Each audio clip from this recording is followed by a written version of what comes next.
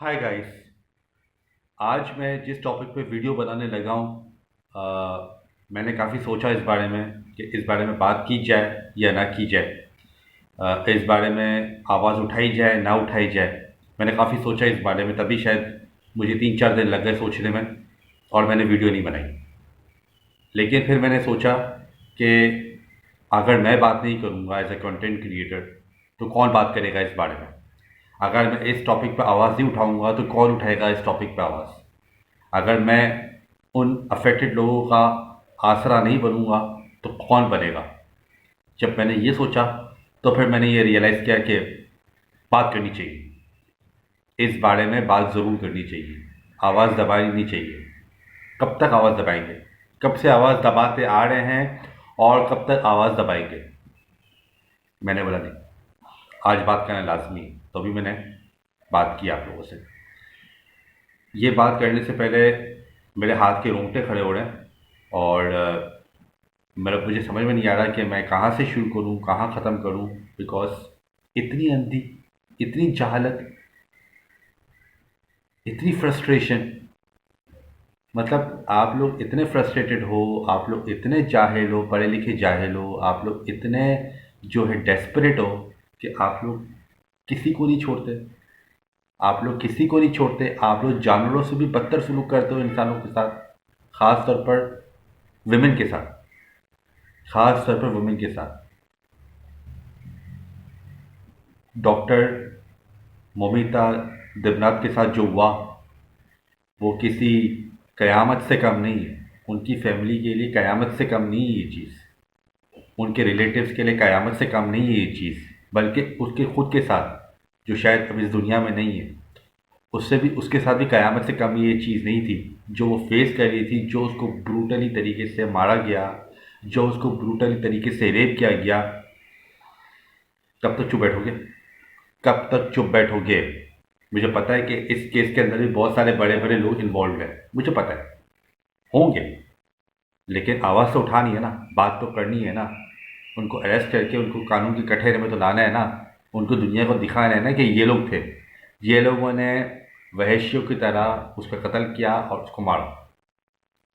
मैं आप लोगों को थोड़ा सा वाक़या बता देता हूँ ताकि जिनको पता नहीं है वो थोड़ा सा उनको पता लगे। ये 9 अगस्त 2024 रात को 10:30 से लेकर 11:30 बजे तक का टाइम था।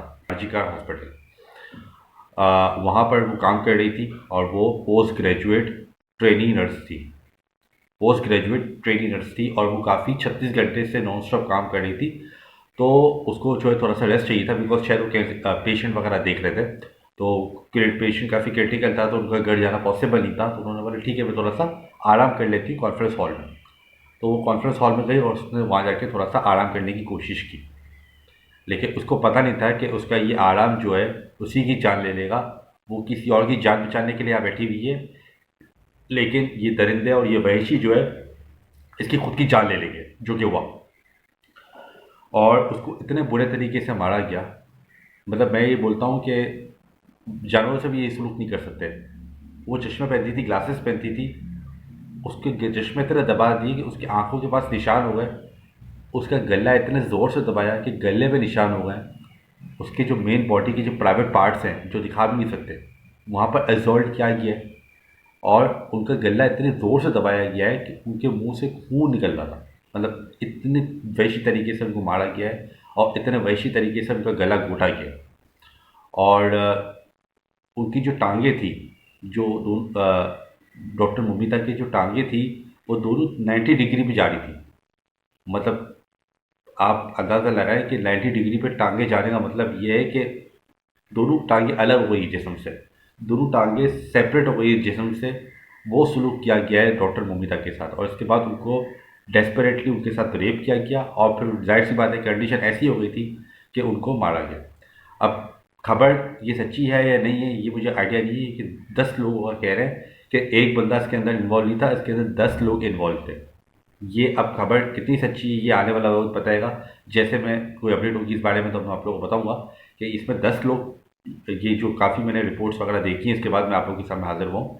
तो जो रिपोर्ट्स वगैरह बता रही हैं, तो कुछ रिपोर्ट्स ही बता रही है कि इस केस के अंदर 10 लोग इन्वॉल्व थे, इस मर्डर और इस रेप केस के अंदर 10 लोग इन्वॉल्व थे। अब ये सच है या नहीं है, इस बारे में मैं थोड़ा सा आपको मजीद इन्फॉर्मेशन लेके बताऊंगा, लेकिन एक बंदे का काम ये नहीं है, इसके अंदर काफ़ी लोग इन्वॉल्व हैं। उनको मारा गया। फिर हॉस्पिटल की तरफ से उनके घर वालों को फ़ोन किया गया कि आपकी बेटी ने सुसाइड कर लिया।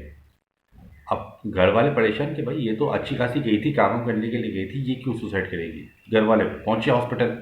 जब घर वाले हॉस्पिटल पहुंचे तो हॉस्पिटल वालों ने डॉक्टर मुमीता का फेस उनको दिखाया ही नहीं काफ़ी घंटों तक, और उनको वेट कराया, जो कि बहुत ज़्यादा अलार्मिंग है कि भाई ठीक है, अगर आप कह रहे हो कि अगर सुसाइड हो गया है तो आप बॉडी दिखा दो, आप घर वालों को बॉडी दिखा दो कि भाई ये कंडीशन है और ये हुआ है। आपने नहीं दिखाया, पहले आपने तैयारी की, पहले आपने तैयारी की कि दिखाए किस तरीके से, प्रेजेंटेबल लुक करके, और फिर आपने दिखाया उनको, ताकि लोग बच जाए ना, ताकि जो लोग कल्प्रिट हैं, जो लोग करके भाग गए वो बच जाएं। आपने बचाने की कोशिश की, आपने 5-6 घंटे तक उनको वेट कराया। 5 to 6 आवर्स बहुत ज़्यादा होते हैं कि आपको ये न्यूज़ मिल जाए और आप वेट कर रहे हो अपनी बेटी का फेस देखने के लिए, अपनी बेटी की बॉडी देखने के लिए, और वहाँ पीछे तैयारियाँ चल रही हों, वो कि भाई ये हो रहा है, इन्वेस्टिगेशन हो रही है, ये सब हो रहा है, उस मामले में आपको बिठा के रखा हो और आप उधर तैयारी कर रहे हो कि किस तरीके से उसको मामला दिखाया जाए, ताकि, लेकिन सच छुपता नहीं, सच छुपता नहीं है, और वही बात नहीं छुपा। पोस्टमार्टम हुआ, इन्होंने तो सुसाइड का नाम दे दिया, घर वालों ने चलो मान लिया कुछ हद तक कि चलो सुसाइड हुआ होगा।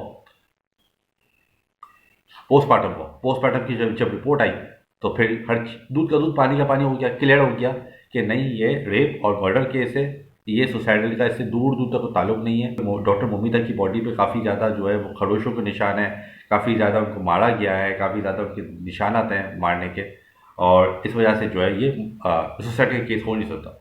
और फिर अब मर्डर और रेप के केस चल रहे हैं। अब इसके अंदर सुनने में ये आ रहा है कि काफ़ी बड़े बड़े लोग इन्वॉल्व हैं।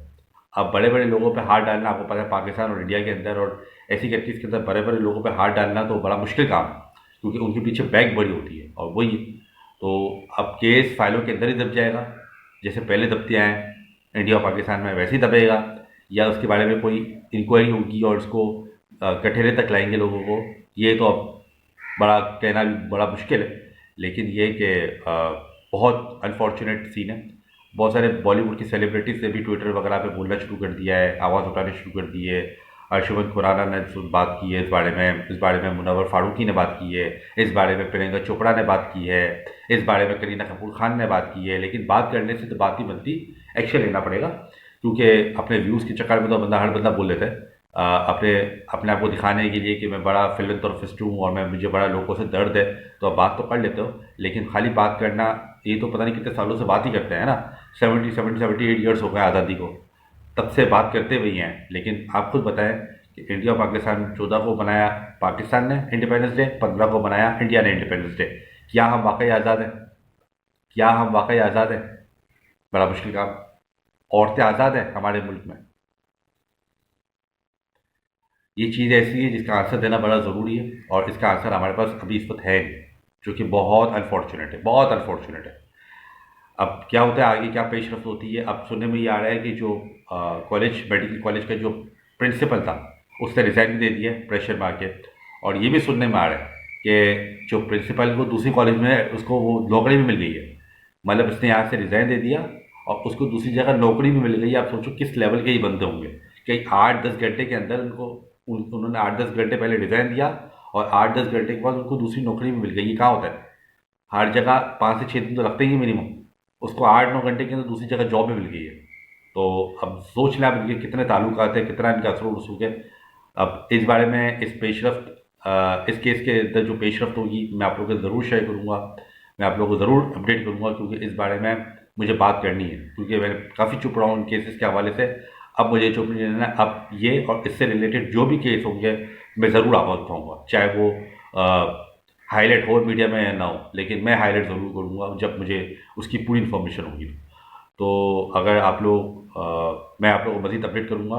टिल देन प्लीज़ दुआ करें और डॉक्टर मोमिता जैसे लोगों को कंडेम करें, बुरे बुरे तरीके से कंडेम करें, बिकॉज ये किसी फेवर के लायक नहीं है, किसी फेवर के लायक नहीं।